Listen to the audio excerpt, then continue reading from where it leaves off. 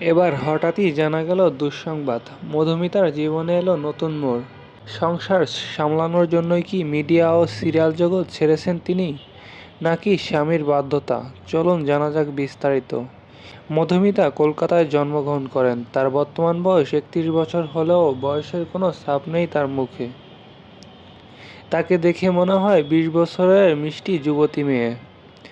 মধুমিতা বোঝে না সে বোঝে না সিরিয়ালের মাধ্যমে এপার বাংলা ও ওপার বাংলার দর্শকের মাঝে সবচেয়ে বেশি জনপ্রিয়তা লাভ করেছেন।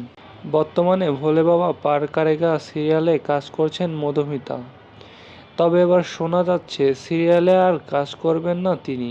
মধুমিতার প্রথম স্বামী সৌরভ চক্রবর্তীর সাথে বিয়ের পরবর্তী সময়ে দিদি নম্বর ওয়ানের প্রোগ্রামে একবার তিনি বলেছিলেন, বিয়েতে এত খরচা করে কি হবে যদি পরে ডিভোর্স হয়ে যায়। তবে এবার দ্বিতীয় বিয়ে অনেক ঘটা করে ধুমধামের সঙ্গে করেছেন মধুমিতা। তাই অনেকের মতে এবার হয়তো নিজের সংসারকেই টিকিয়ে রাখার জন্য সংসারে ফোকাস করতে এসব করছেন তিনি।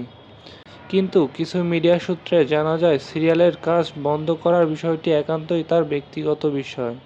আপনার কি মতামত কমেন্টে জানিয়ে দিন।